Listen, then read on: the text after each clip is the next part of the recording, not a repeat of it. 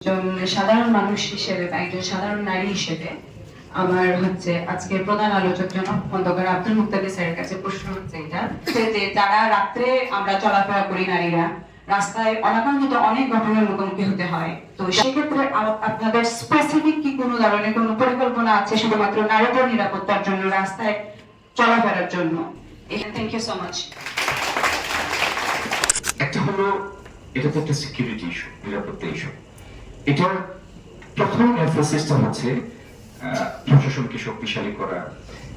এর থেকে বড় বিষয় হচ্ছে মেয়েদের প্রতি দৃষ্টিভঙ্গি এবং মানে চিন্তার প্যাটার্নটা চেঞ্জ করা দরকার।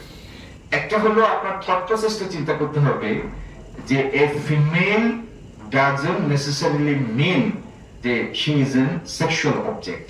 এই চিন্তাটা থেকে বের করে আনতে হবে। অপরাধী তো অপরাধী, অপরাধীদেরকে আপনার অপরাধের দমনের যে নিয়ম সেই উপায়ে ফেস করতে হবে।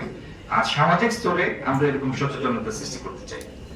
নার্সদের অধিকার ও সামাজিক মর্যাদা বৃদ্ধি করতে একজন সমাজসেবক হিসেবে আপনি কি ভূমিকা রাখবেন, আপনার ভবিষ্যৎ পরিকল্পনা? যখন আমরা বুঝতে শিখবো হসপিটাল থেকে বেঁচে ফেরত আসা বা সুস্থ হয়ে ফেরত আসা পিছনে যারা আমাদের সেবা দিয়েছেন ফিজিশিয়ানদের বাইরেও তাদের অবদান অনেক। এই কথাটা মাথায় ঢুকলে, কৃতজ্ঞতা বোধটা জাগলে,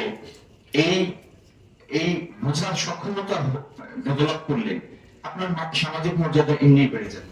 আমরা যদি হাসপাতালের জন্য কমপ্লায়েন্স ক্রাইটেরিয়াটা ঠিক করে দিই যে আপনি নার্স নেবেন কিন্তু এই যোগ্যতার নার্স আপনার নিতে হবে, এর বিলো হবে না, তাহলে অটোমেটিক আপনি একটা ব্র্যাকেটে চলে যাবেন। আপনার কম্পিটেন্স লেভেলও হায়ার হবে এবং ওই লেভেলের কম্পিটেন্স রিক্রুট করতে হলে, হায়ার করতে হলে তাদের সেই পেমেন্ট দিয়ে নিয়ে আসতে হবে।